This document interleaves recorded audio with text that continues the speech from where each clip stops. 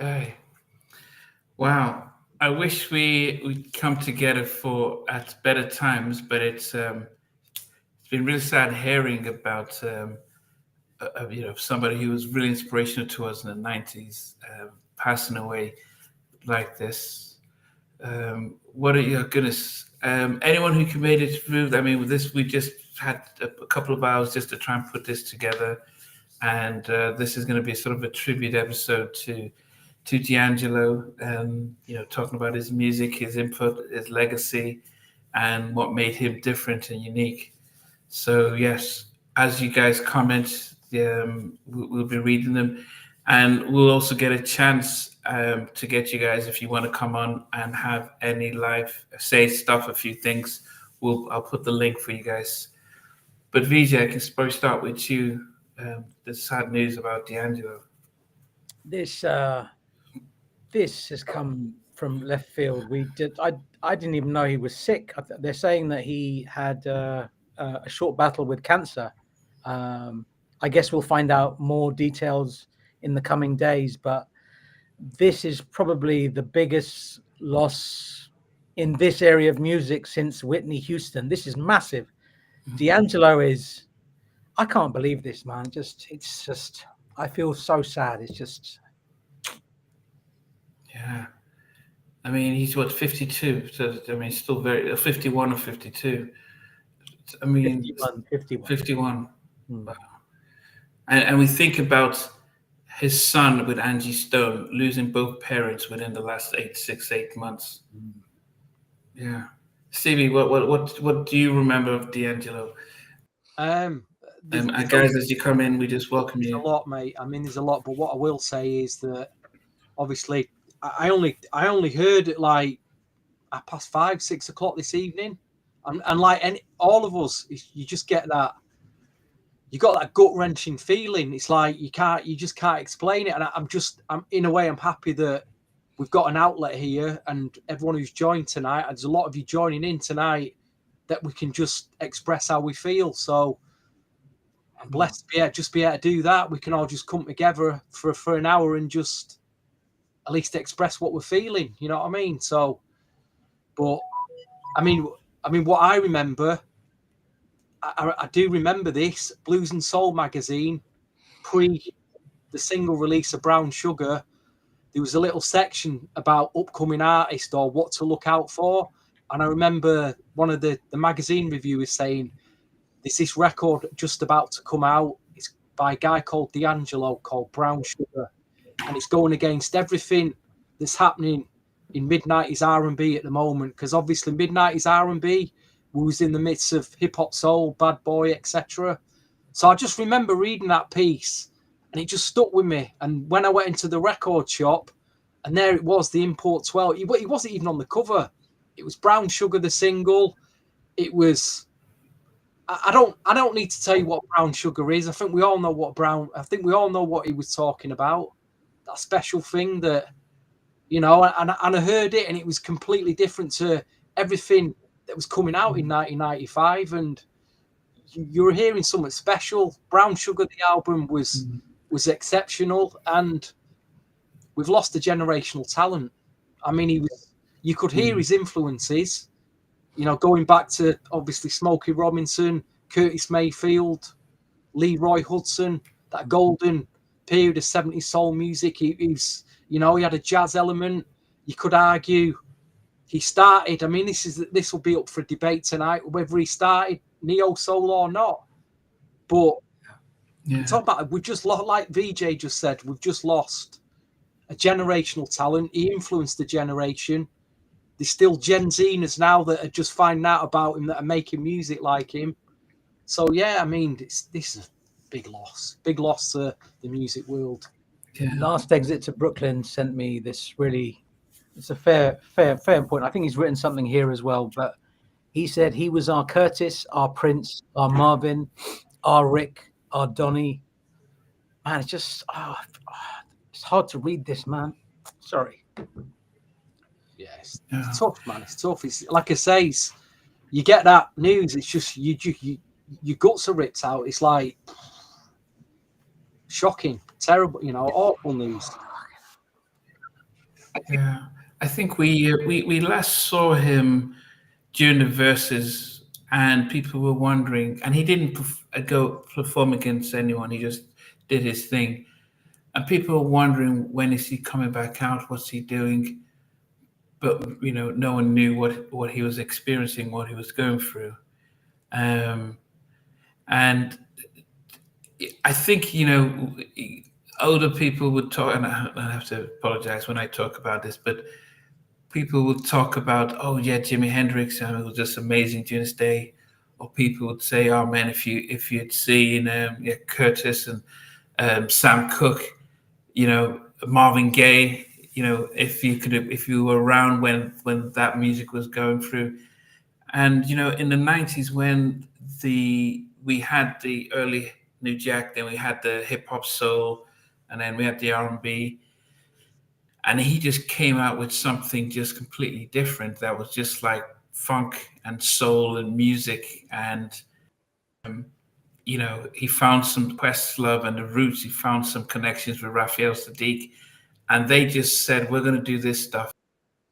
And people like Rashad Patterson and Bilal and others came into that genre. Erica Badu, there was a Jill Scott. There was a home for kind of authentic soul music that wasn't looking to be popular, but just really just to celebrate the music. And that was something that I don't know if I really appreciated it. I mean, I remember it, and I knew it, and I was like, oh, this is great. But you just assume that, yeah, we're just going to get more of this, you know. And remember, he's the guy, along with Brian McKnight, they did Black Men United.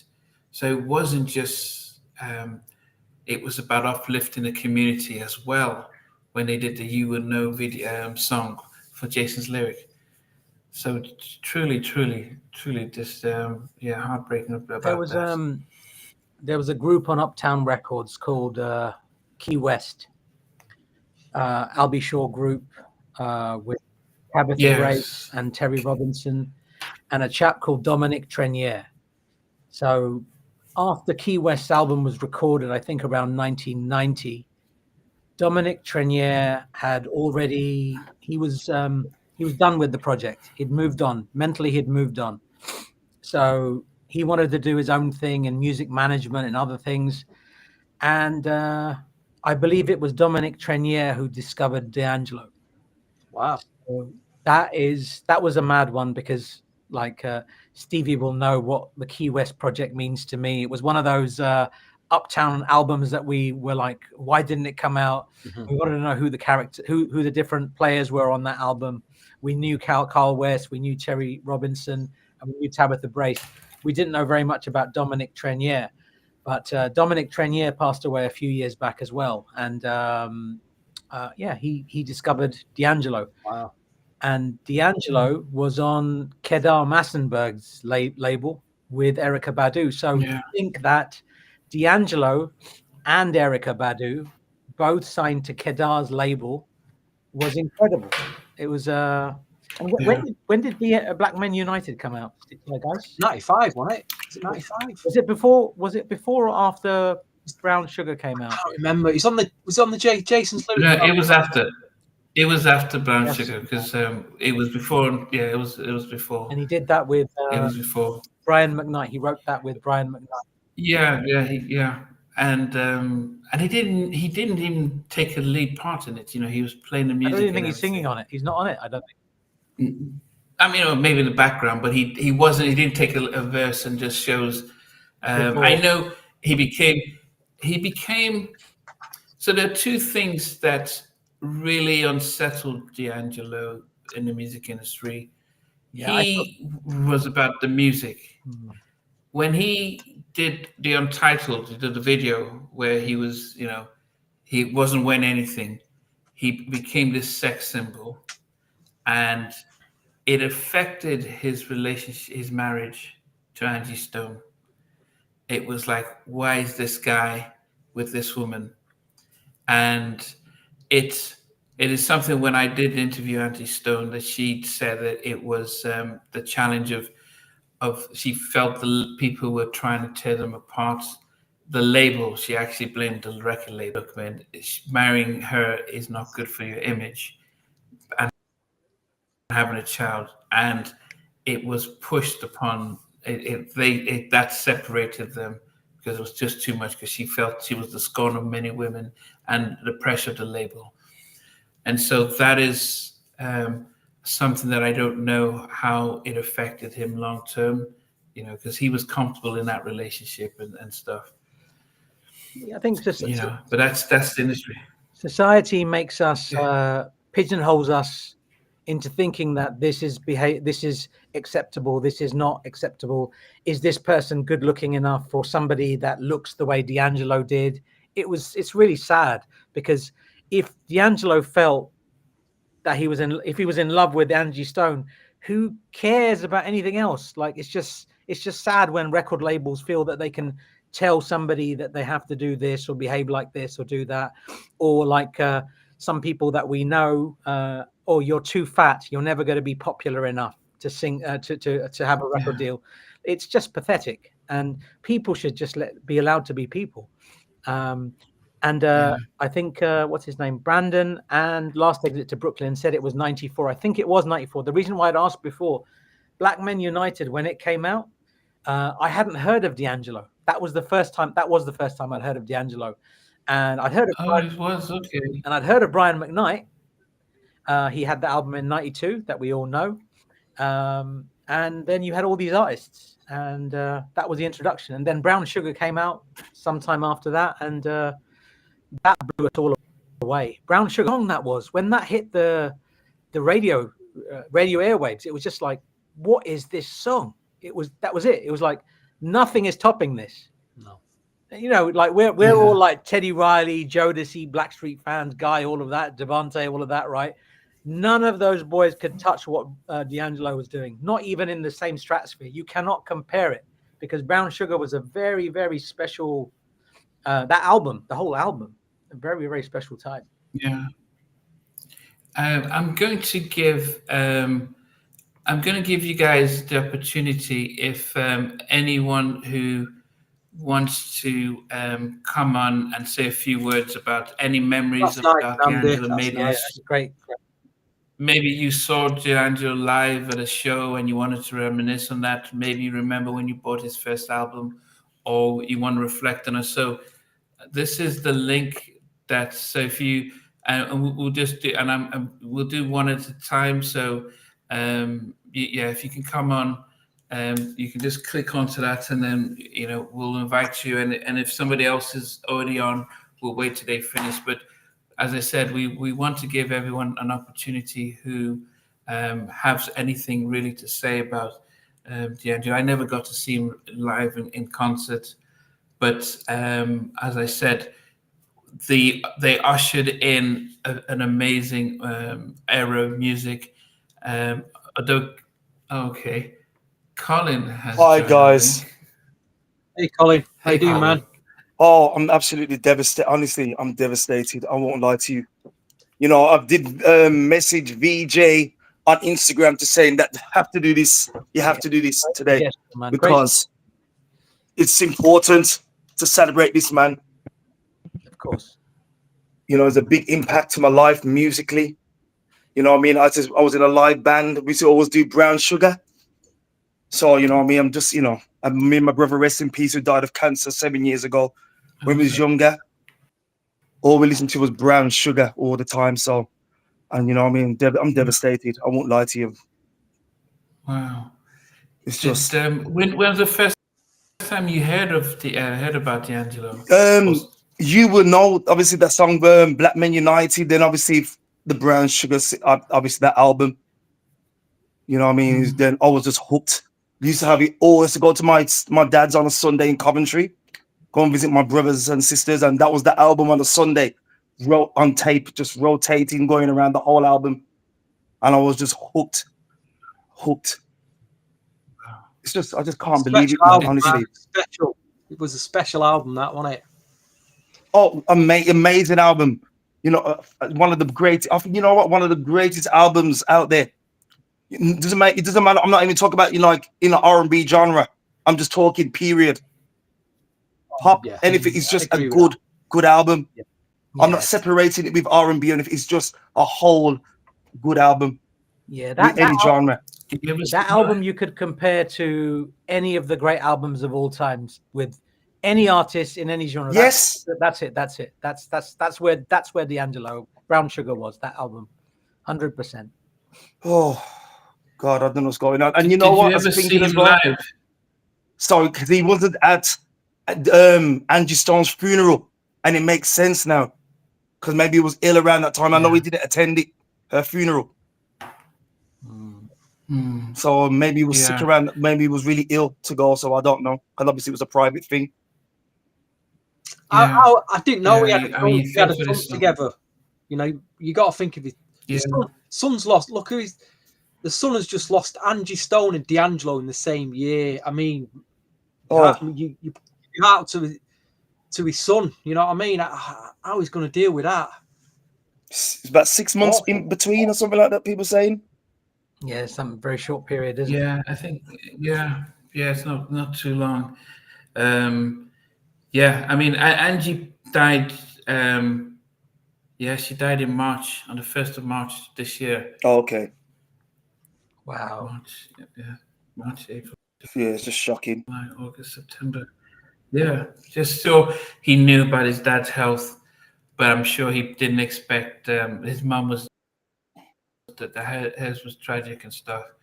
But I guess it's the he didn't do too much music, and that's the he had all that music kept in with him. 3 studio albums. Am I correct? Black Messiah was the last one, 2014. Mm-hmm. Yeah.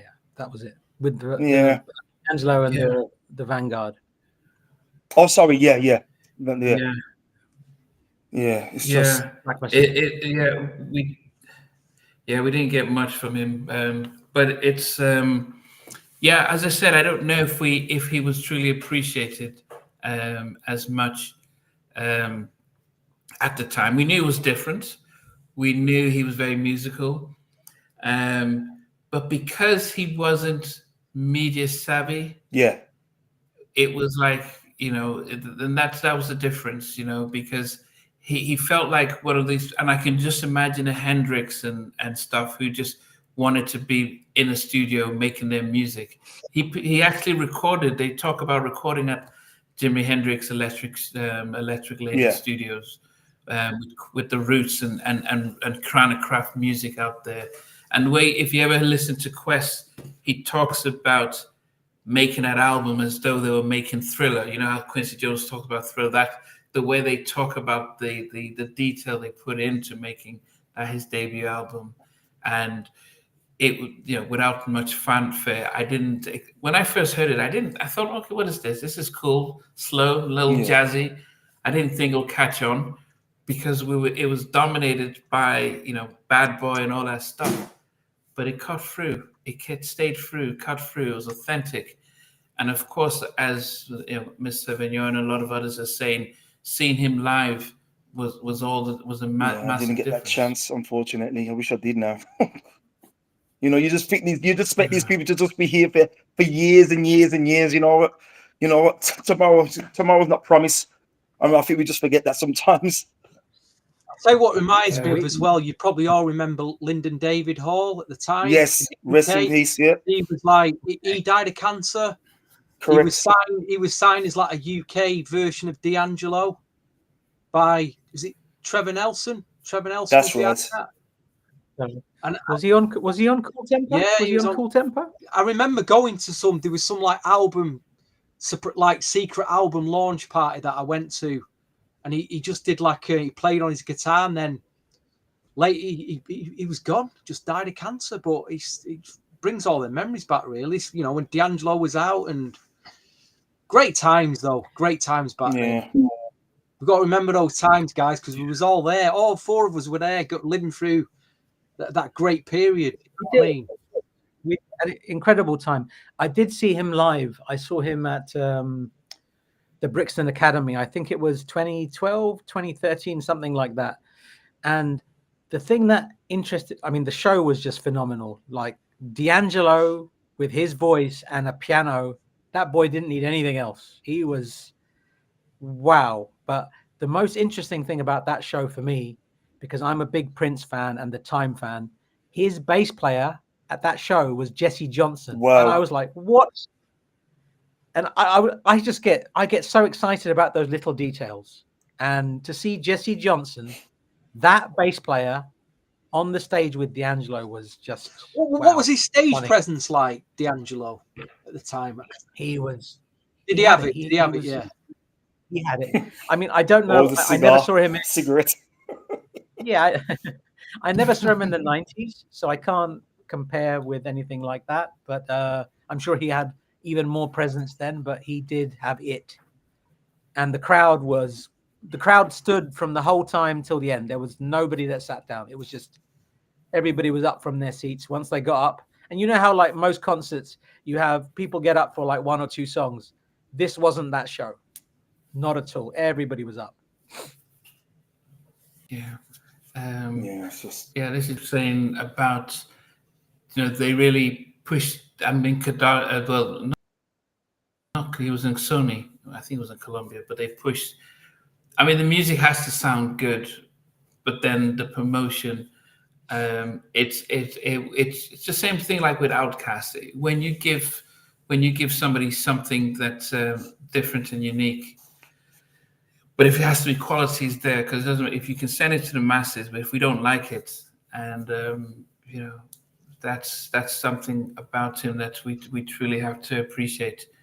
He did an album live at the Jazz Cafe in London. Did you guys get? Did you get? yeah, I have get heard that that. Yeah. There it is. Very I good. put it out especially for tonight. Shall I tell you something mental about that album? Last night, I was somebody must have posted something about the Jodeci show, the reissue of the show, The After Party at the Hotel. So I went onto the website that sells that, and I put that in the basket. And what was more interesting than that was that album that you have in your hand, Stevie, has been pressed on double vinyl. Wow. And I put it in my basket.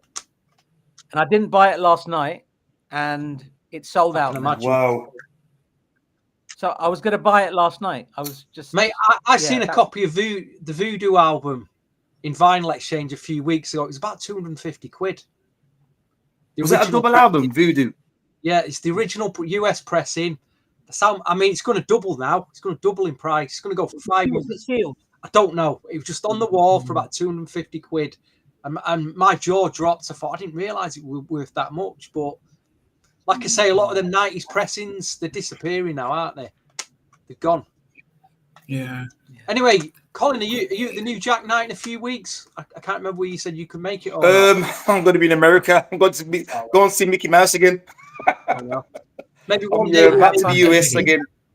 Maybe one day. Have fun with Mickey Mouse. Yeah, so I'm going to miss it once again. Yeah, that's always. I'm sure there'll be more. But guys, if you want to jump in just as Colin did to pay a tribute, tell us about a show, a DAngelo show that you went to. It'll be definitely good to hear those stories, and tell us about your memories of DAngelo, because I think, I think the last time I remember I was doing this was when Dwayne Wiggins from Tony passed. Yeah, that's right. And I would almost, Raphael was a kindred spirit to DAngelo, but there's something about the musicianship that helped them endure. They felt like pure musicians who wrote, but who just wanted to stay in the music. It wasn't about, it wasn't about the industry, but it felt like it was about the music. And he doesn't, when you look at him, he didn't look like a 90s R&B star, because, by his dress and everything. I know towards the latter part, he did put on weight, but who knows what he was going through. The pressures of being a sex symbol when you didn't want that, the pressures of having to live up to that hype, and the industry will get you. The industry will get you.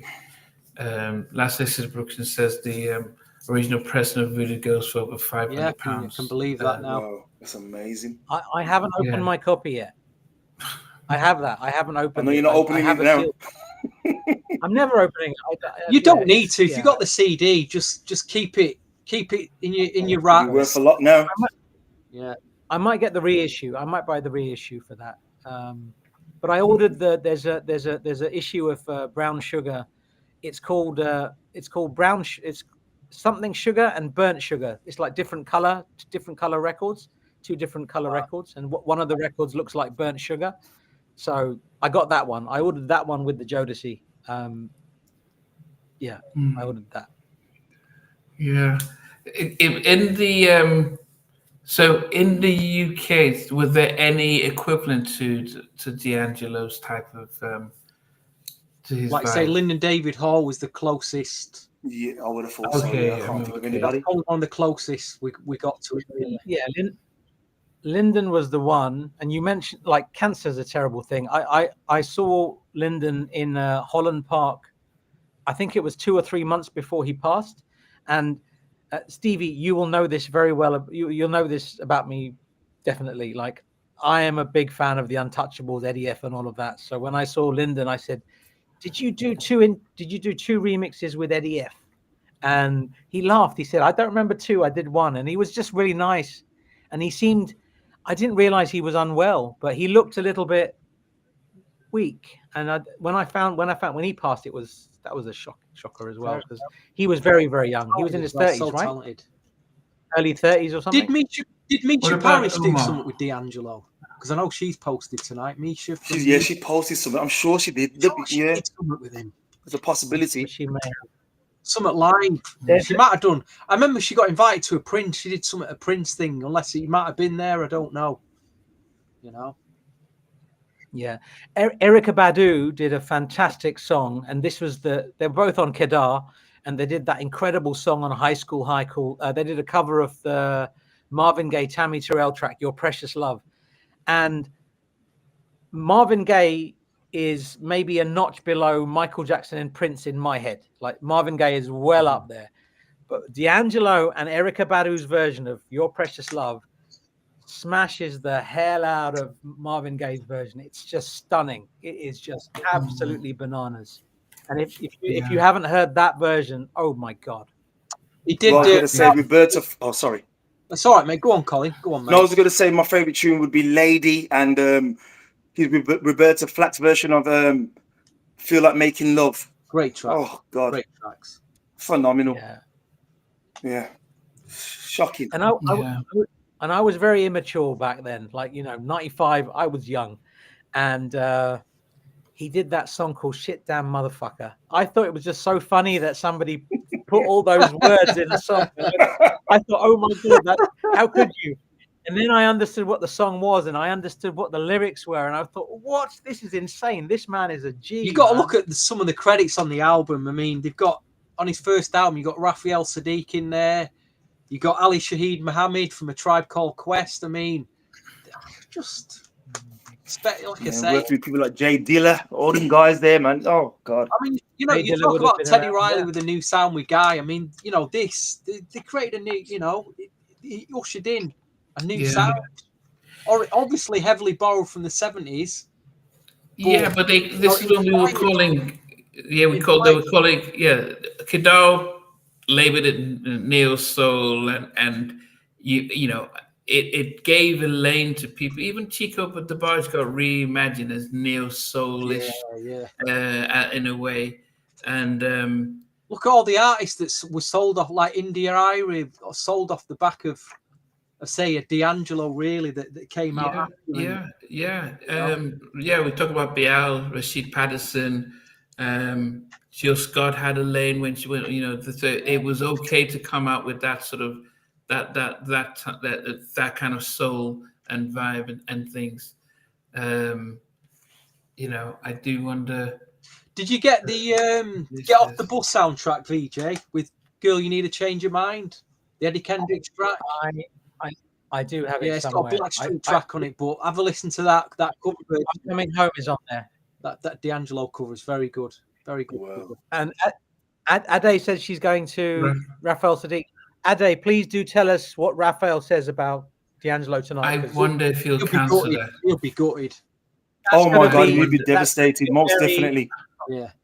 That's going to be Yeah. very Phew. Tough The gig. thing is that I think, but they would have known because even Questlove, they didn't post anything. I saw a post from Jill Scott saying that she was just saying, I love DAngelo, I love, so. And she said that they've never met. I thought they said they've never met before, apparently, she said as well. I was quite surprised. I find that hard to imagine, though. Yeah, that's what she said on their post, that they've never met. I don't know if I don't know. That's what she said. I found that strange. Yeah, because if she's with Quest and they're all feeling, maybe Yeah. it would be hard to imagine and stuff.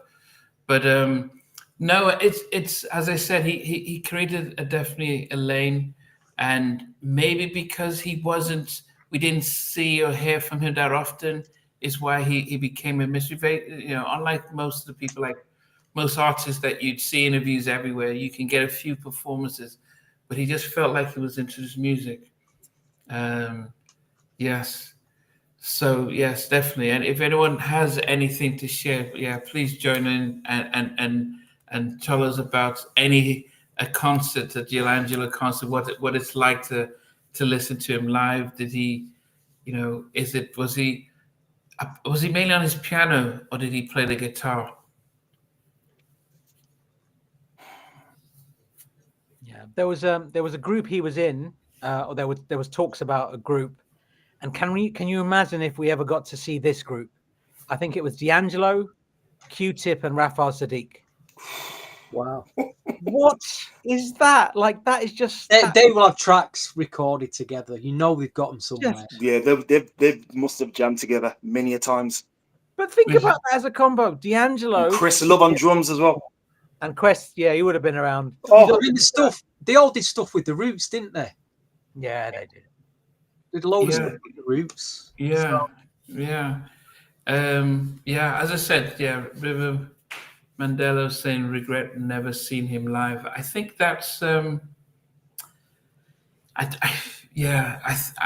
think for those of us who were fortunate to be, of age during the 90s where you could buy your own music or go to shows, I think you felt like, I'll see him tomorrow.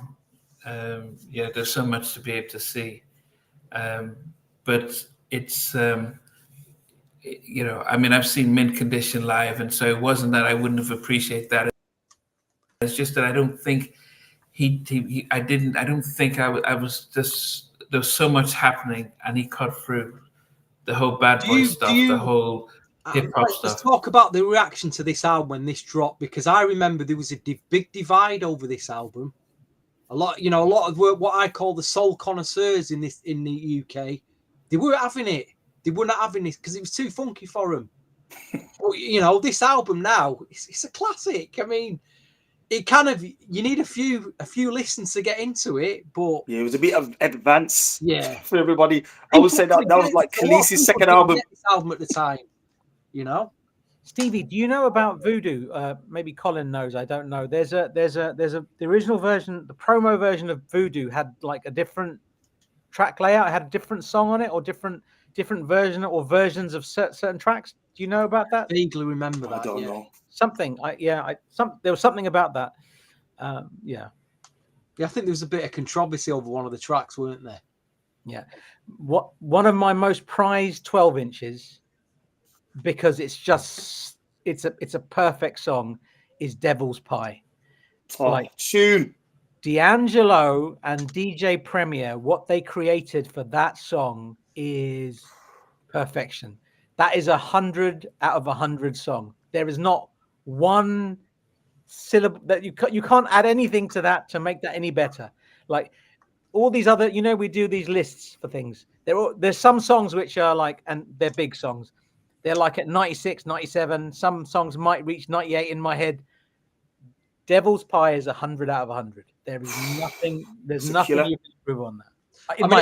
Here's a thing, VJ. If you before it goes on disc, because I've seen tonight there's quite a few on disc left. A good price. If you didn't get it, it's called the Voodoo DJ Essentials, and it's got 3 tracks on one side, and it's got the 3 instrumentals on the other. Feel Like Making Love, chicken grease, I'd get that. It's a promo only. I I remember buying it at the time when it come out as a £10 promo, but they're gonna go fast. I'd grab myself one then I quickly. think I might have that. I might have that. Yeah, I thought you might somewhere. I might have it. But that do grab that if you see it. The instrumental of Chicken Grease, my gosh, talk about a funk track. How did you guys feel when you heard Left and Right for the first time? Is that Redman and Method Yeah. Man? Yeah. What was that? That was insane because like you Oh, had it's funky. that was just yeah, man. Oh, Shoot. I'm just checking that Namdi's still alive there. He's there. Yeah, no, so, no, as I said, it's I'm just, hearing you guys reminiscing about the music and stuff. I mean, I was massive fan of when he did the Jason's lyrics thing, but to appreciate the fact that he didn't take center stage like most people would do when they come up with a track like that. They start it off or finish it or have a place in there, but he just remained like but he wasn't known then, was he? To be fair, it was unknown. But I could see him though. That's the thing. I need to. Where did that come out? Because who's this? Who's Hanks? Yeah. I'm trying to see because oops. Because it's definitely before the first album. Let me see. Black Men United. You froze on us on a bit there, Namdi. We can hear you, but your picture's froze. You look like you're enjoying a nice sleep there. Oh, it's back now. You look like you're thinking hard. I'm not sure what happened. Because I see the fact that You Would Know came out in '94, but he must have done a video. He must have done something. He must have appeared before. Because there's no how he looks like he only saw him. It looked as if you already knew who he was because I can see him in the video, but I already knew who he was. So he must have come out. Yeah, he would have, any. Because obviously he's doing a big production with all these big celebrities, big singers. So you would have thought so. Yeah, he must have done something because he wrote it. He was on Vertical Holds album with Angie Stone. He did some stuff on there with her. I think Pray. I think he did Pray on there or something. What else did he do? Chester says, I also love DAngelo's cover of Water Get No Enemy featuring Fela Kuti and son Femi Kuti. Hey, Fela Kuti's son, yeah. It's a great record, that Water Got No Enemy. Great Afrobeat track. One of the classics actually of that genre.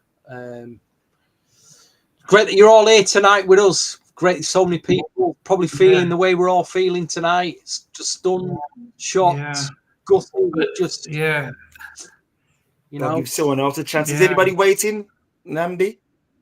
Yeah, no, I'm just saying, no one's. Yeah, anyone. Colin. What happens is people aren't as brave. So the link is in here. If you click on it, you get to be able to come on and share your thoughts. But no one is rating right now. As I mentioned, when I did interview Angie Stone, she was upset about how the labels and industry separated the marriage with DAngelo. It wasn't, they pressured him because they felt that him being married to her would affect his album sales and his status. And so it really caused a rift between them, and he didn't want to leave. But, I guess it's only those of you who have signed a record deal we can tell how you really have no power. If your label is insistent on that, they can decide to break everything if you don't comply. And I personally would put up my hand to say at the time I was shocked to see that they were together because she was older than him, and I didn't see the match. And so if I'm feeling that and I was a casual fan, imagine what hardcore fans were like. And, think about what's happened when he did Untitled. Yeah. That was and so it's like, how's this guy with this lady? And I think he couldn't have done Untitled while still married to Angie. It's almost as if that was like, you've broken up now, good. Now we can show you how we can make you a superstar. Mate, he was a bit of a lady's favourite as well, weren't he? He must have had a lot of temptation as well. Especially after that video. Throwing themselves at him. Who we got here? Okay, I've got D-Hawk. Oh, I'll come off now if you want, yeah? That's fine. Hawk, are you... Wow. We can see you. Wow, I didn't realize I was on camera. You're on the camera now. You can't go now. I gotta cut this down and... Jesus. What do you want to say What's happening, about fellas? How y'all doing? DAngelo? Stumble. Hi. Yeah. Did you ever see him live? I did. It was the Voodoo tour. It was the Voodoo tour, and it was my very first concert. It was in Athens. No, it was actually in Atlanta. It was actually here in Atlanta, and Mos Def opened for him, and that was during Miss Fat Booty era. So that was an exciting time. It was a great night. He put on an outstanding show. He's very energetic, but you could tell. To me, you could tell it was just all about the music. He was all about how people reacted to how he was performing, what he was performing. Oh Lord, I got something popping up on the screen now. Okay, here we go. It's all about the performance and the music. And of course, the ladies were screaming for him to take his shirt off. He came out there with the black leather pants on and the tank top and whatever. It's like, come on, brother, you know what's happening. You know what's about to go down, right?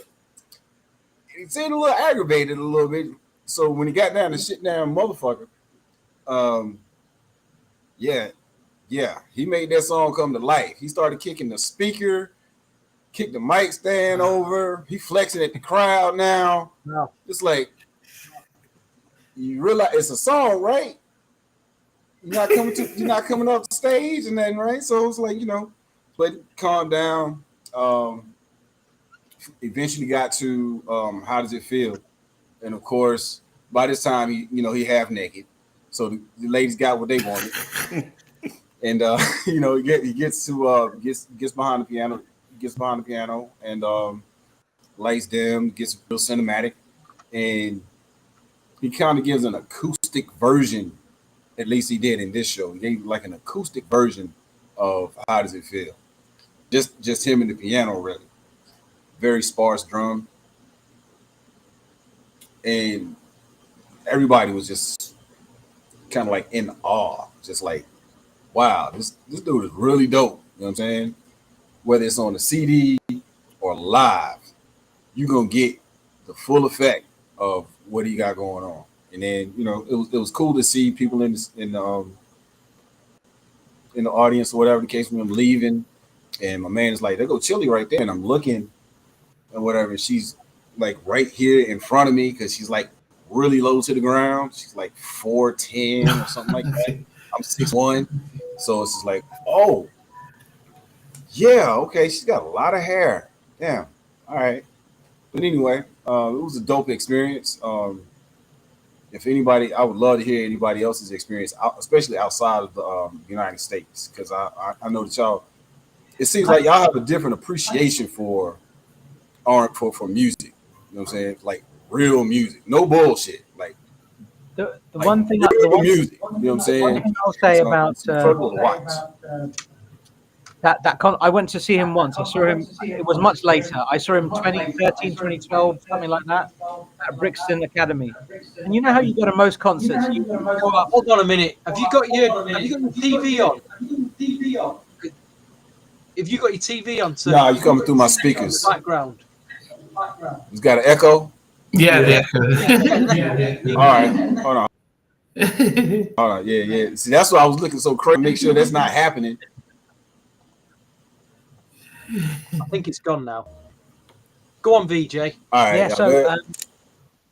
you know how you go to concerts, you get to a concert and you get there a little bit before, not too much before, like just you get there when you need to get there. Like you might get there an hour early. For DAngelo, me and my wife, we were there like 3 hours before in the queue. What? And there was, I don't know why, we had like Wow. it was standing as well, right? It was standing. That we were in the standing section. We had standing tickets, and there was something about the energy in the crowd. DAngelo hadn't come to London in a long time, and we were excited. Everybody in the crowd was excited, and we were just vibing off each other. And the energy was just something. It was just something very magical. You could just feel it. Everybody was excited to be there, and whether we were there 3 hours before, it didn't matter. We were ready. We were ready to see this guy, and it was just a magical feeling. And I think I remember that the anticipation more than the show, even because the show was incredible. But that feeling, just talking to other DAngelo fans, what's your favorite song? How are you feeling about the show tonight? Will he be as good as he used to be? And obviously he was. He smashed it. But just the energy. I remember the energy in that crowd, just waiting 3 hours before, because we were with the same people for 3 hours. People are passing by. It's just great. I loved it. I just loved that energy. And it was his first concert. He just said that was his first concert that he went to. What a memory to have. Your first concert, you go, DAngelo. Wow. Yep. Very first concert. That's incredible, Yeah. man. When the Hopeful was saying her mom got tickets to see DAngelo 95. Her sister and I were fighting, so literally I refused to go. They ended up taking my sister's friend instead. No regrets. Yeah. We were young. But you have that memory. That's a nice memory. That's such a lovely memory. Like the fact that The memory of not going. Yeah, no, but it's nice because I mean it would have been better to I don't go. know But... Did he do anything with Lauryn Hill? Can't recall. I think I'm getting mixed up with that Bob Marley. They did Lauryn Hill and Bob Marley duet, weren't they? I don't remember. Getting That mixed would have been an interesting combination. Nothing even matters. Lauryn Hill and not sure, man. Nothing even matters with DAngelo. Oh. Did he? The He song did some Even production Matters. for. Did he do something for Mary? He did some production. I can't remember who he was producing, or did he produce Mary? Oh, he's done it. He did a was it Every Day It Rains? Was that him? No, he did. He did something. Yes. There's an unreleased track off the second album. Well, yeah, okay. So Angie right. Stone, so she said when I interviewed her that Mary stole the track, that it was her and DeAngelo's duet, and somebody took the track and put Mary on it and released it and stuff like that. So that was still going to court and stuff. So no, I thought he did a production for. Hopeful, you need to come on the podcast because you're posting a lot here. You're telling, come on the podcast and tell us tonight, Hopeful, Miss Hopeful. Put the link out again. It's very busy tonight on the old messages. Yeah. No, we do because we do want to be able to hear just like just to be able to hear stories about for those people who have like Colin started off by talking about how impactful DAngelo was on him and his career as a singer, but also for those who I must admit I was more into in 95, 96. I was more into sort of the bad boy stuff. I had DAngelo in the background. I bought the his debut album, but I think I appreciated him later on. Maybe by the time he did Voodoo, more so, because it just felt different. And I was surprised how successful Brown Sugar was, because we didn't have much, it just almost came out of nothing. That's like, wow, just having this type of vibe, neo soul as they would call it. Even though he wasn't, let me see. Yes, DeAngelo did a duet with Lauryn Hill titled "Nothing Even Matters" I on her thought so. album. Oh, you just said that. You just said that, the guy there.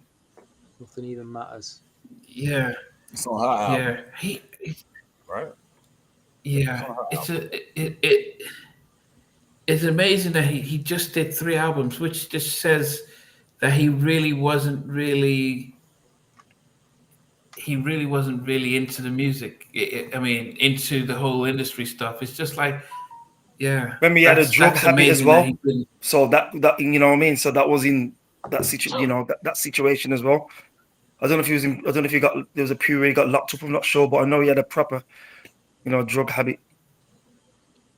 I did have another ticket to see him in London, and he couldn't come because he wasn't allowed to travel. He wasn't allowed to enter the UK or something. Something happened. I don't know what that was.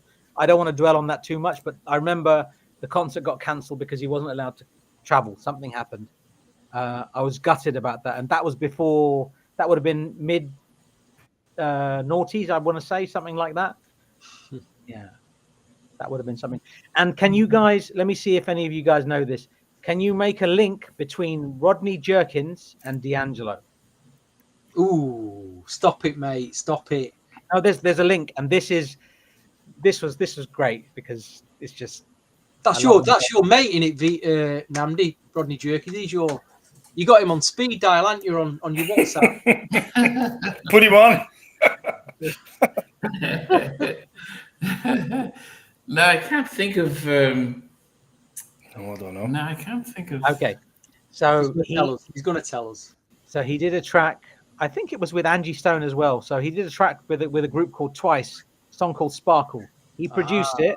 Here we go. And the remix was done by Rodney Jerkins. And I heard the remix first.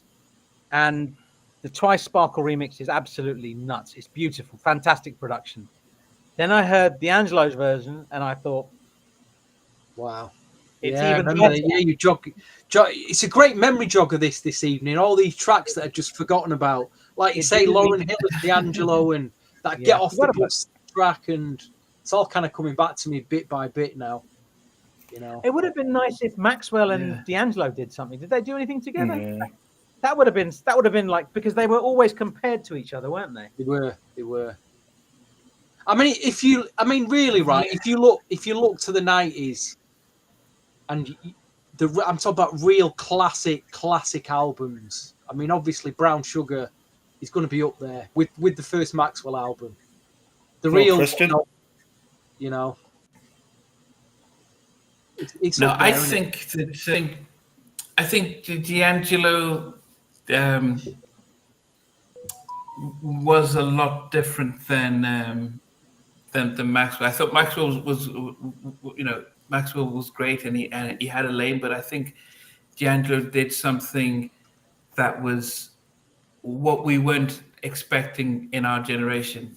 That type of that kind of soul rock kind of. He wasn't. Yeah. Oh, D-Hawk has left. Yeah. I think when Maxwell. Good evening.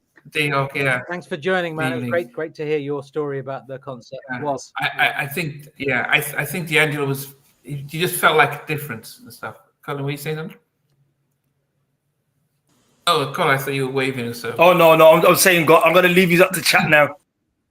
Thank you. Okay. Nice to see you, man. Great. All right, all the best, yeah. Take care, man. Take care, guys. See you soon. Stay on them cruises with them songs, mate. Yeah. Groove me. Take care. Bye-bye. Bye. Okay. Yeah. Did you hear what Nile Rodgers said today? There was a post with Nile Rodgers, and one of the music execs, DAngelo's music execs, basically wanted to get Nile Rodgers' opinion, and this would have been a year before Brown Sugar came out. So he played the entire album to Nile Rodgers and asked Nile Rodgers, what can we do with this album? Nile Rodgers' response was, "You don't need to do anything. Just put it out. It's perfect." Great. And Brilliant. this is Nile Rodgers. So I love that story. And the fact that Nile Rodgers is saying this doesn't need any improvement or anything like that. And then a year later, he heard one of the songs and it was exactly the same as what he'd heard a year before. And he says, DAngelo has arrived. So I thought that was pretty cool. Yeah.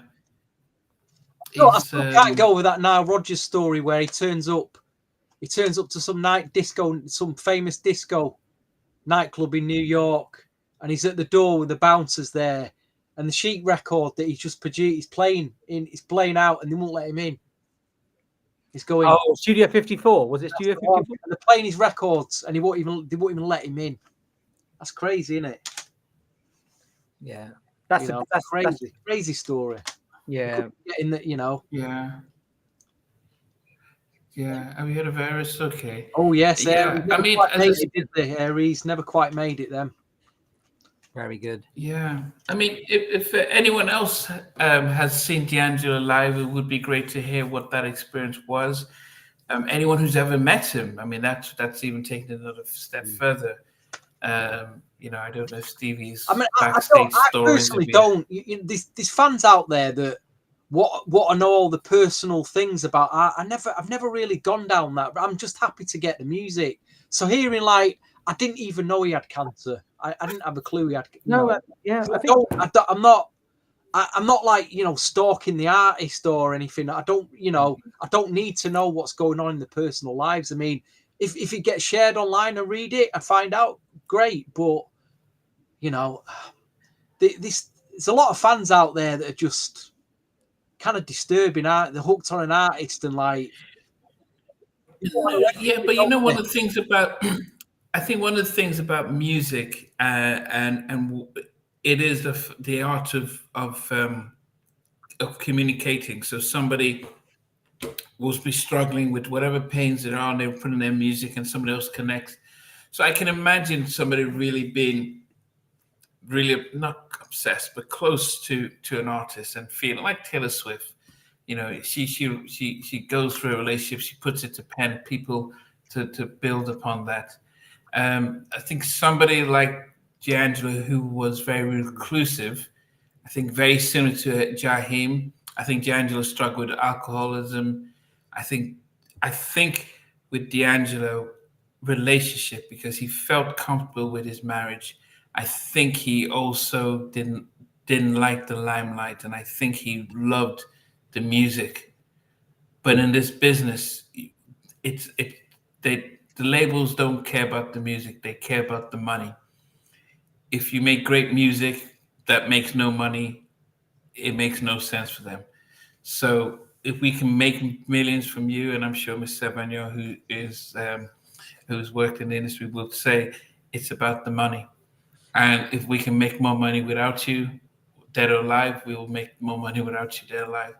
I think that was hard on him, having to be in the public eye, and that's why he took a downward fall. Lauryn Hill's similar. She came out that debut album, it blew up, and she was hailed as the new Messiah, and it was just too much for her. And then she just cut her hair and just said, "This is not what I thought. I just thought I would just make music." And I think DAngelo struggled. I think Abundance has said it. DAngelo struggled with his public image after Voodoo. Look at him in Untitled and watch him thereafter. The weight and everything. It's the pressure that everyone wants.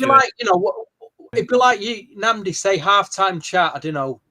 You wake up tomorrow morning and suddenly you've got millions of viewers and millions of subscribers, and you go to your local supermarket and everyone wants to say hello to you. You're gonna struggle dealing with that, aren't you?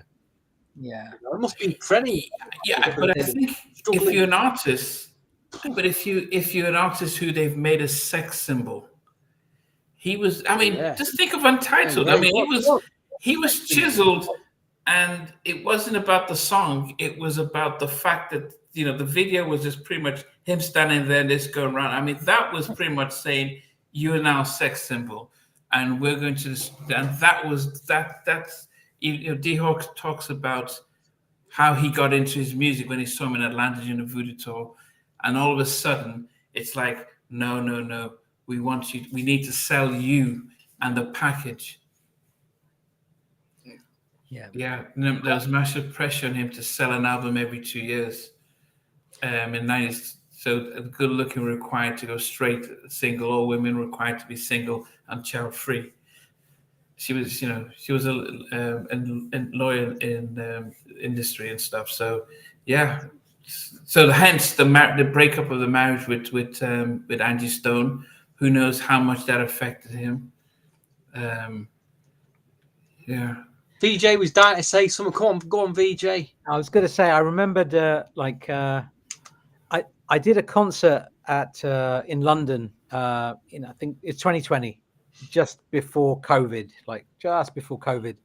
and I was looking maybe a year before that which artist to look for, and DAngelo came up on the list. I think I got in touch with the management, and the response I got was something like he's not touring right now or something. But DAngelo would have been, if I didn't do the show I did.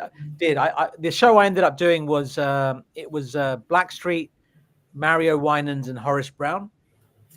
But I think DAngelo with his band would have been that was like very high on the list. So I would have loved to have done that, but the response I got was that he's not touring right now.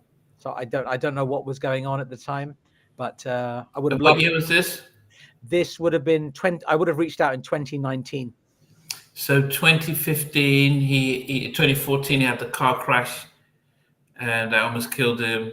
Comes back with the Black Messiah, but he's probably, probably still not in the right frame of mind, as well. I'm still going to put out the link. Hopefully, you can come on without the camera if you want. At least you can talk, so we can at least hear from you, and you can share if you don't want to put on the camera. It is something it surprises us every time we try and do any of these shows that we want you guys to come on. How challenging it does feel to be able to come on. But it's great to be able to hear from you guys who have ever seen him live, seen him in person. Well, like you say, everybody, don't be shy because your mum wasn't. Remember that? Your mother wasn't. Don't be shy now. Come and say hi. Yeah. I mean, who do we say are people who were inspired by DAngelo and sort of came in that vein musically? Who are some of the ones that you kind of noticed that kind of followed his trend? I think everybody post 1995 that had that like neo soul sound, and neo soul was coined, I believe, by Kedar. Yeah. It's argued who came up with that phrase, but it's I believe it's from the Kedar camp. And he said in an interview with me that he coined the phrase neo soul. People like Adriana Evans, I think she's heavily influenced by DAngelo. Ladisi, artists like that. Who else? I even think, Lauryn Hill was there before, but I think India, obviously, we mentioned India Irie before. She started out on a tiny, the Earthseed label in Atlanta before she got signed to Motown, and that she's what again, Ladisa. These were the first, some of the around DAngelo to do this sound. You know what I mean? Back then, looking back. Okay, we've got somebody coming on. Abundance says the word Soul Aquariums. I remember that name. Yeah. Soul Aquarium, the group. How's it going? How you doing? Yeah. How do you pronounce your name? It's DAW Bird, but a lot of times on these sites they call me R Bird. But I'm from Richmond, Virginia, so I call myself 804 Bird with the word. I'm a poet. Okay. Okay. Yes, sir. Hey, And I You are just wanted to welcome. briefly, just thank you so much. I just wanted to briefly touch on it. I have a long-standing history with DAngelo. I'm connected with some people who he worked with closely. A lot of my friends grew up with him. Like I said, I'm from the Richmond area, so I've seen him perform live. I've had a chance to really, sit back with him sometimes behind closed doors and kind of relax and be kind of more intimate than just your average fan would be. And during that period of time, one of the things that we really always learned about him was, just like you guys were pointing out, the goal or the objective in the music industry is to keep the hits coming. And a lot of times artists are not concerned with hits or where they are on the charts. They just want to continue to be creative and be led by the music, the spirit of the music, the feelings that they get, the vibes. They're more willing to vibe than to just be conditioned to crank out hits or to do what's called that cookie cutter staple of just continuing to give the people what they're used to having. They always want you to branch out and be able to take the journey with them and explore the music and the creativity. And I just feel so bad because I feel like it's definitely a loss. I feel like there's so much that he still had to give. And just based on the fact that sometimes you just need to leave artists alone and let them create. Mm-hmm. It's not always about a tour. I know one's popular, and you all spoke on it. That Untitled, How Does It Feel? That threw him into the sex symbol realm. And he didn't want to be a sex symbol. He didn't even really want to tour. He wanted to stay in the studio, pen and paper, a microphone, all the instruments, and just be a musical genius. And sometimes when it comes down to the money, that tends to fall by the wayside because we know what continues to feed the machine. And I'm not gonna hold you guys too long. I'm just proud to be able to say that I did know him, that I did witness his genius. I've seen him live. I've seen him in the studio. I've seen him behind closed doors. And sometimes, just like you all spoke of with Lauryn Hill, it can be kind of disheartening sometimes how pursuit of the money and what fame can do to you in the industry allows the industry to chew you up and spit you out. Like right now, I'm very interested to see where we are with how much his music is going to make now in his past. And I'm just going to leave you guys with that, and I'm going to step back in and listen. But once again, I'm A.W. Bird. They call me R Bird, but I'm 804 Bird with the word. And I thank you guys for your time. May I ask one question before you leave? Just one question before you leave. When you just tell us a little bit about DAngelo's creative process, like what you've experienced. So just something, anything that would, because everybody's hurting right now. So what I sorry, go on. Okay, can you hear me? Okay, all right. So I had a buddy. I talked to my buddy firm what had gone on, and they said that DAngelo had been in hospice for about 2 weeks. And during that period of time, I talked to my buddy today, and he had an opportunity to go up to New York and actually visit him. But my buddy's father has like the house of hits. I mean, he has records from the floor to the ceiling. So DAngelo's creative process kind of was a lot like just kind of going into the room, pulling a lot of records out on the floor. I'm going to just be honest. We might roll up a little bit of that brown sugar. And he just listened to music and built his creativity off of the greats. I mean, he was into Marvin Gaye, Prince. I mean, I don't have to recount all of his influences, but those influences definitely gave you insight into his creative process and his musical pattern. He was very relaxed as an artist, and he didn't put a time limit or a time frame on his creativity. And that often frustrated people because after Brown Sugar, he took a little bit of time. He came back with Untitled. He took a little bit more time, and then life is forever lifing. So you have children, you have struggles, you have ups and downs, different things go on, and his creative process was one where he took his time. He took his time, as they say, to create the Devil's Pack. That's one of his songs that I always love. But he was a painstaking perfectionist. Just like your Stevie Wonders, your Donny Hathaways, those guys that are musical geniuses that can play all of the instruments and really are just more about the music than they are themselves. That's the best way I can put it. Thank you for sharing, man. That's Thank you, sir. the thing is everybody's hurting right now. This is a big one for us. So even a little bit about him, we just want to talk about him. Right. He was a bright light, Yeah. and may his creativity and his greatness continue to live on through his message and his music. Appreciate that. Thanks Thank for you. joining us. Thank you. No doubt. I'm glad I ran into you all online. Appreciate you. I can't wait to sit back and continue to listen. You all have a great one. All right. You Thank too. you. So we got Chester. What's up? Hello, my name is Chester. English is not my first language, just so I'm gonna just try. I did see DAngelo. I'm calling from the Netherlands, by the way. I saw DAngelo the first time with the Voodoo record. You guys know North Sea Jazz Festival? Yes. Yes. That's the first time I saw him. He was incredible. Wow. All the ladies went crazy because he used to rip his shirt off those times.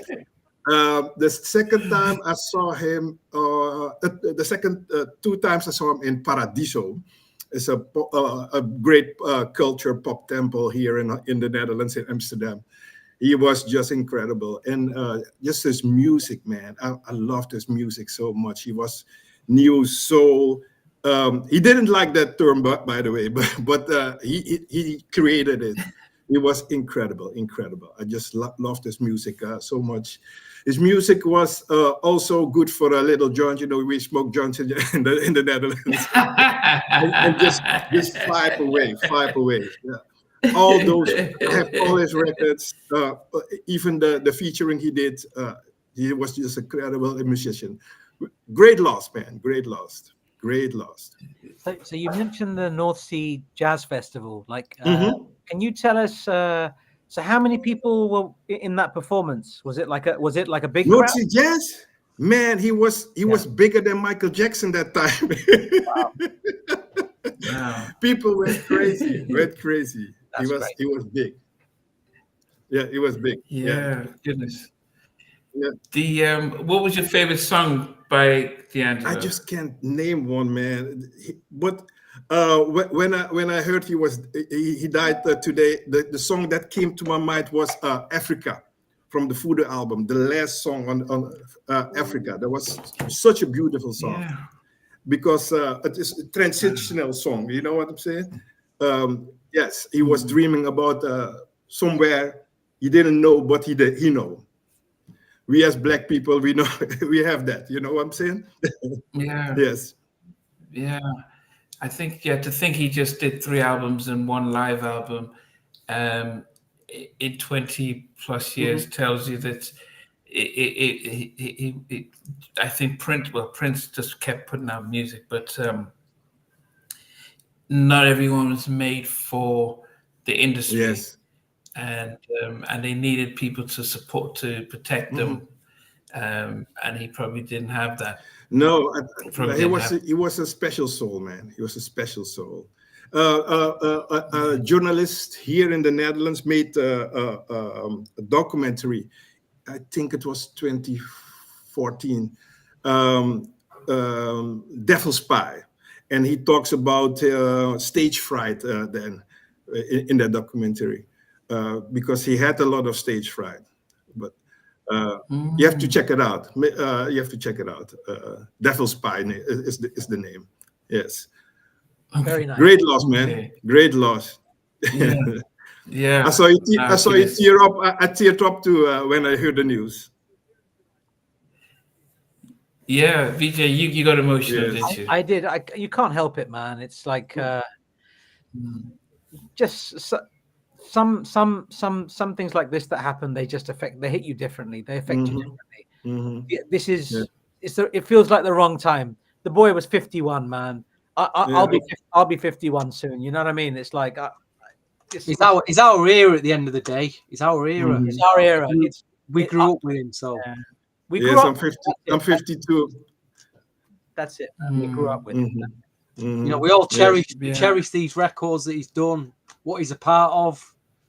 It's tough. It's a really, like you say. It's the other thing is like because we are kind of stuck to that period, that 90s period, there's a side of us that really hasn't grown up. We don't realise that actually we are at an age where we could not be here tomorrow. You know, we kind of do say it on the podcast. We kind of appreciate that we might not see each other tomorrow. You know, life is short, but you still got that. We still feel we're back in the 90s, in our 20s, don't we? That we're going to live forever, but we're not. You know what I mean? You're speaking the truth there, man. You're speaking the truth that brother. Yes. I think one of the things that it's going to be a challenge is that artists who, I'm sure there's a lot of unreleased stuff that he didn't complete. Yes, and that's what I heard. Yeah, now with the advance of this AI generating software, they can create a video of him performing one of his unreleased songs and make a music video and make more money. Like, look at Michael Jackson. I think since he's died, the estate has generated more than $500 million in the years he's died. I think maybe close to 600 million since he's passed away. Yes. It shows you that dead or alive, especially dead, they can do more and make more. And you know what DAngelo wasn't prepared to do when he was alive, the label will do now that he's gone. Now, for music lovers, getting a chance to hear some more unreleased stuff, I don't know if it will be great listening compared to if DAngelo himself sanctioned it. But I have some bootleg from the 90s.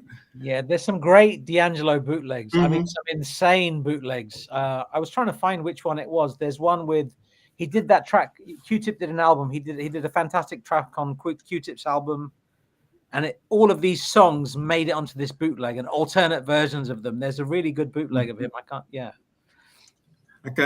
get it too. But from North Sea Jazz, I have the live audio. I have the live audio because I knew somebody at the how do we call it, the engineer. Look at you. Look at you. With Pino Palladino on the bass. Oh. Yes, please. Okay, guys, I have to leave you. Yeah. Thank you. No, appreciate you for coming through. Thank you very much. Take care, man. Yeah. Thank you. I mean, we definitely have to appreciate those who. Oh, no, I'm trying to get this up. We definitely have to appreciate those who've been brave to come on to talk and share their memories. We do this every week, so it seems as if it should be straightforward to jump on live. But as you can see from those who've come on, it's really helpful just to hear. So we've got about 10 more minutes before we shut down. But you know, anyone else that wants to come on and just share some stories about DAngelo, whether seen him in person, seen him in a show, or any memories about buying his, listening to any of his songs and things like that, it'd be great to hear from you. I was in America when DAngelo came out, so 95, 96, 97, during those times. And so he was part of the staple. How well received was he here in the UK, Stephen BJ, during when he came out? Was he on the radio, or was it hard to get to know him? I mean, around that time? Well, I was hearing him. All the black music radio stations were playing him. You know, it was a big album. The first, you know, the singles, the first few singles, the remixes. Yeah, you know, it was a big deal. Big remix. I think when Brown Sugar came out, the album, it felt like that was the only album that everybody wanted to talk about. There wasn't. He was a revelation, and you don't get that very often. There was something very different about DAngelo when Brown Sugar came out, and I mean, I was in London, so in London you heard a lot of the songs off that, And then the singles that kept coming out with all the remixes, like the Eric Sermon remix of Me and Those Dreaming Eyes of Mine. What was that? Yeah. That was magic. The DJ Premier with AZ, was that Lady? There's so many. Yeah, tons. We got tons of remixes. Tons of remixes. There was a lot of remixes. And I remember this. I was out in Mumbai for I think 4 or 5 months, and this was, I want to say, about 2012 or 20, whenever this album came out. When did the third album come out? DAngelo's 2014, 2015 or so. So I I didn't have any. I mean- There was no streaming platforms for me. I needed to find the physical CD, and I found an Indian copy of DAngelo and the Vanguard, Black Messiah, and I was very happy. And I popped it in the car, the CD player, and I just listened to that a lot. I downloaded it the day it came out, and I just remember walking the streets of Mumbai to do my steps and just really immersing myself. And I felt like such a badass listening to that album, because I'm just walking. All I'm doing is walking. Like we all walk, right? But I'm listening to the Black Messiah album and just thinking, I am the baddest person on the planet. And all I was doing was walking, listening to DAngelo's new album, and it was a really nice feeling to be able to hear that like that. Yeah, we did start the show by talking about Angie Stone, but also the fact that the breakup of their marriage by the record label had an impact on both of their lives, and so we don't know whether he recovered from that, because he felt she was a strong woman supporting him in that, but when they pulled him away from his wife and child, because he wasn't selling, he's not going to make as much money. We don't know how he spiraled after that. Yes. What else we haven't mentioned? The Dallas Austin remixes of Cruising. Oh yeah, very good, very nice. And that felt like an odd combo. It felt like an odd combo. Yeah. Dallas Austin and DAngelo, so that was just very odd, but it worked. Yeah, it's strange that I remember after DAngelo coming out and after the Erykah Badu's, like I'm into this neo soul stuff, and I got into Chico DeBarge on his Motown album. I bought the album and I was like, okay, I'm trying to equate what it was like to go left field. It's almost like doing a vegan diet or so, when you decide to leave the bad boy and Uptown New Jack stuff and do neo soul back in the day, because as I said, it wasn't conventional. It was a reaction. It was a reaction to gangster rap as well, I think, at the time. There's a lot of gangster rap going on. That really, yeah, we had the Tupac Biggie. Yeah, we had the Tupac Biggie that in '96, and I think there was a sense of, this is too much, but it filled a void. I think up to '95 to '97, as you said, India.Arie, Jill Scott, Erykah I think Badu, when music, by the time Music Soul Child dropped his first album, I'll be honest, I was getting a bit tired of it by then. I mean, the Music Soul Child was, I think, attempting to cross it over a bit more, and what he did, especially his first single, that Sunny, I like that, but I'll be honest, I wanted something else to come along after that then, but saying that, with age now, this sound does stand the test of time. Look at what Abundance has talked about just now. Tell me, do you remember that off Slum Village? Oh my God, yes, how good was that? Oh my God, what a song! What a song!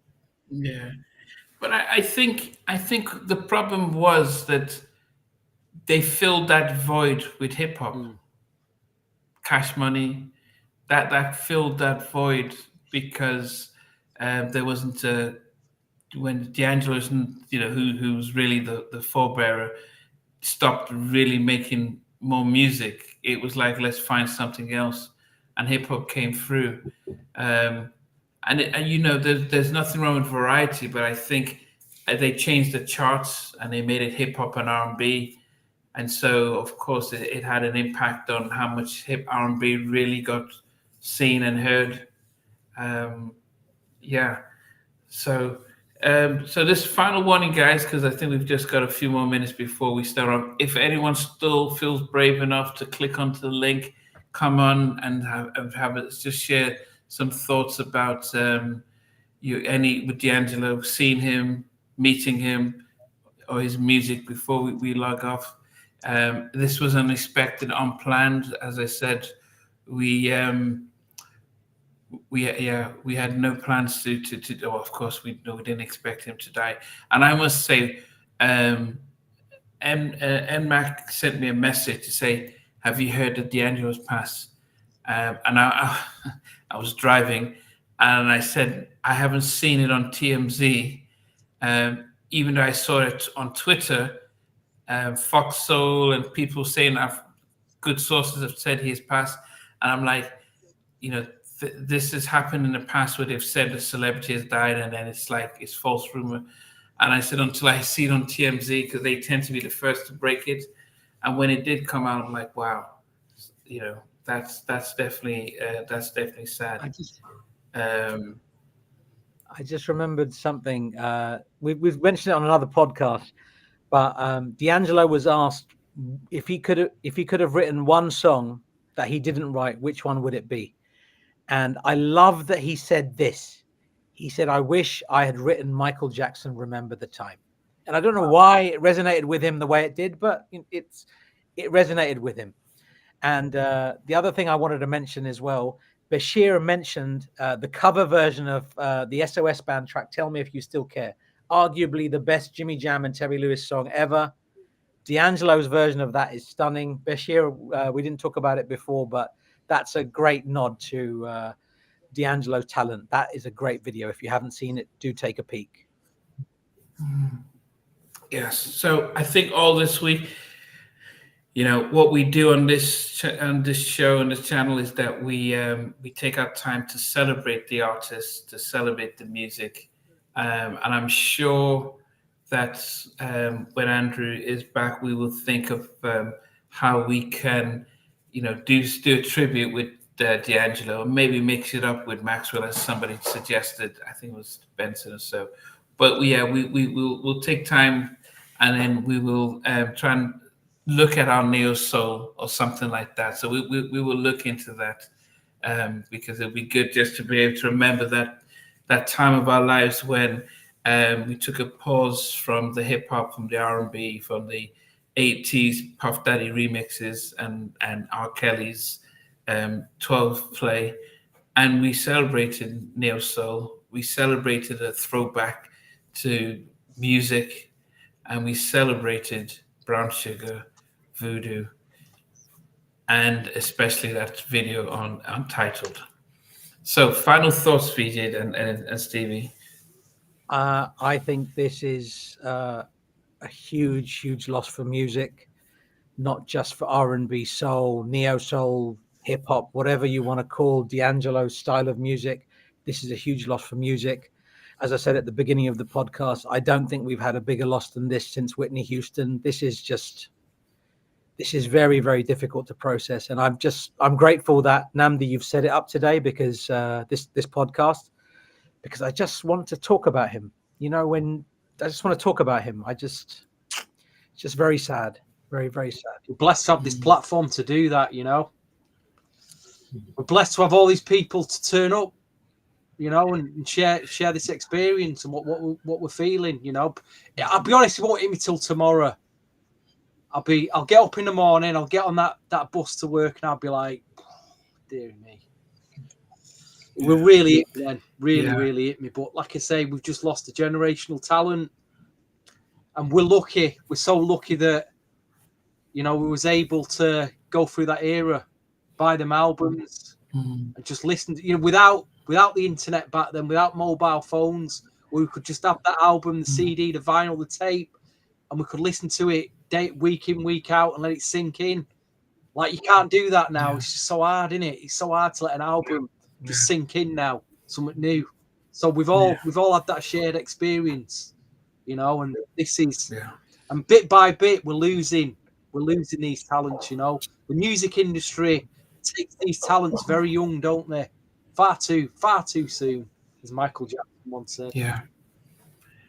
So I mean, I think just as PJ and Stevie says that we had this opportunity this evening, but as we will always say, that it is no show without you guys, because you guys have put in the comments, and that's why you can see the comments showing. You guys have been part of what we're doing, because we three of us could just sit at home and talk, but having you guys part of that makes the show go. As I said, the last time we did this was for Raphael Sadiq, because sorry, yeah, please, not Raphael Sadiq, Dwayne Wiggins, because he also had cancer, and his death was he just felt like out of the blue, and he was a quiet member of the group, but they're all part of that same sort of soul collective. And I hope that I'll never do this show again, this type of stuff, because it's not the best shows to do. But I think having the community to be able to share this stuff with is helpful. I mean, today Karen White turned 60 years old. Karen White, amazing. She looks amazing. And I started off by celebrating Karen White, and like, look at her, she's 60, and she doesn't. I mean, it's like you know, she looks like she's in her mid-30s and stuff. The way and that's how I was starting off the day. And it's just really, this has just taken over, you know, this type of sadness when we started the day celebrating. So I still want to celebrate Karen's 60th birthday, and I still want us to celebrate everyone else that's still alive and kicking. But we do mourn with DAngelo's family, his son especially. He's lost his mom and dad in 2025. If you can listen to Voodoo, if you can listen to the DAngelo's collection, do so, at least just to be able to honor him and his music. But we will Stevie and I will catch you tomorrow when we interview Free from N Touch. He's going to be live, and we are back on Sunday when we are doing Bell Biv DeVoe's Hoodie Mac, Ralph Tresvant's, what's the name of Ralph's album? Yeah. It's Going Down, and Johnny Gill's Provocative. Yeah. Provocative. We're going to be looking at what happened to those three albums. They all came out in '93, and they were weren't as successful as their predecessors that came out in 1990. So we're doing a top 10. I mean, it's crazy, isn't it? I mean, from those three albums. We've got this shared experience where, you know, we're mourning DAngelo tonight. We've got a New Jack, unsung New Jack legend we're going to share with tomorrow night. And then we're going to do three albums that didn't quite make it, that are special to us as well. You know, I'm just so happy we can do this all together, you know. Yeah. We've got this, you know. Yeah. You know. You both summed it up, but the fact that all of us, everybody that's on this podcast writing, or if anybody that's jumped on, we're all able to connect and remember DAngelo. And to say that we're remembering DAngelo just feels so sad. It doesn't feel right, but we are able to do that. We're connecting together, and that is a beautiful thing. And that's one of the good reasons for technology. I mean, technology is like consumes all of us all day long, every day. But this is one of the good things about it. Yeah, and, totally. Yeah, great that we were able to do that. Okay, guys. Wish you a good night. So see you tomorrow with Free from N Touch. See you Sunday. Listen to Hoodie Mac. Listen to It's Going Down, and Hoodie Mac. I don't know. I wonder who would have which album would go the lowest. But we're here to celebrate music. We're here to celebrate music, and actually, we would prefer to celebrate DAngelo's music instead of mourning his loss. but that's what we're going to keep doing. We're going to keep celebrating them while they're still alive, giving them their flowers now. So we'll catch you tomorrow, and we'll catch you over the weekend. Stay Good night, blessed. folks. Good afternoon. Take care. Good morning. Hey guys, thanks for watching. Thanks for being a part of Halftime Chat. Please remember to subscribe, share, and comment. But most importantly, why don't you become a member of Halftime Chat? We've got amazing videos, amazing perks, and being able to support the channel. But anyway, thanks for watching. Take care. I never participated in that kind of And somewhere in between us for even loving us, on which I did miss you with. What was it like growing up? she's still making an impact on 4 houses down. I have a couple pieces. Trying to get this one and that one. That works for you, but just for me, No, okay. They don't understand what Jodeci boys do winning all spirits. Play it.